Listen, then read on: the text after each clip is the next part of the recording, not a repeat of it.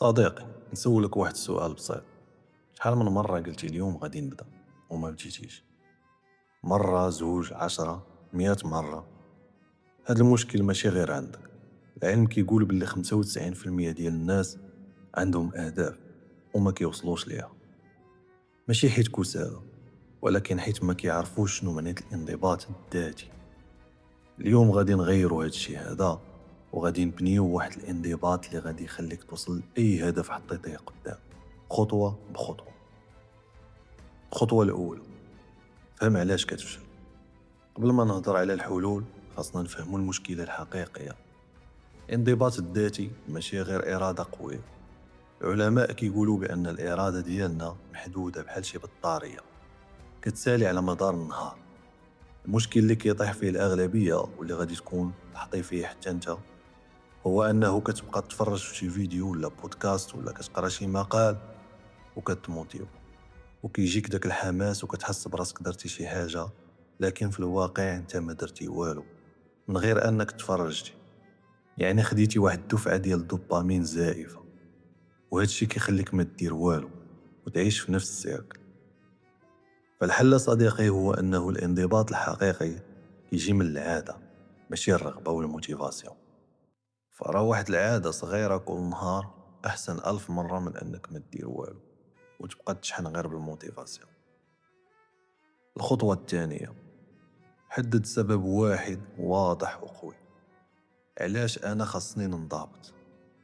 الناس اللي عندهم انضباط قوي راه ماشي عندهم قوة أكتر منك، وإنما عندهم سبب أقوى منك.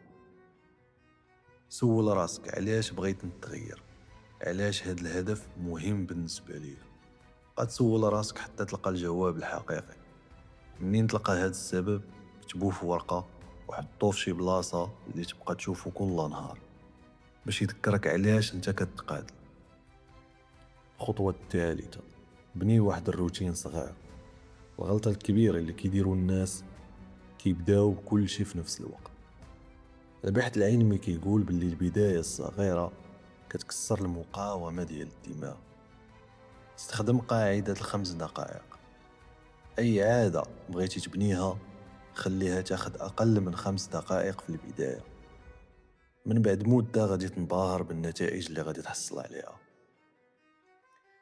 الخطوة الرابعة، بعد عن الإغراءات.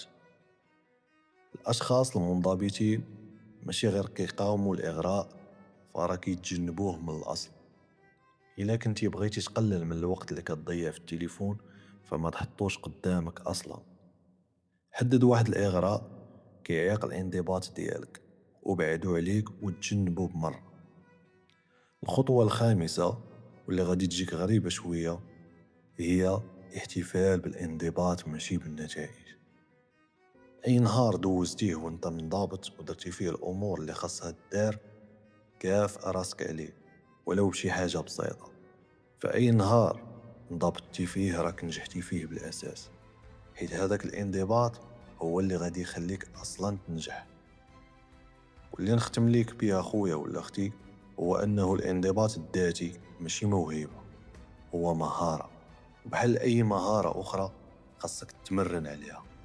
فابدأ بهذه الخطوات اللي عطيتك، ومن بعد شهر غادي تشوف فرق كبير، ومن بعد عام غادي تولي شخص آخر.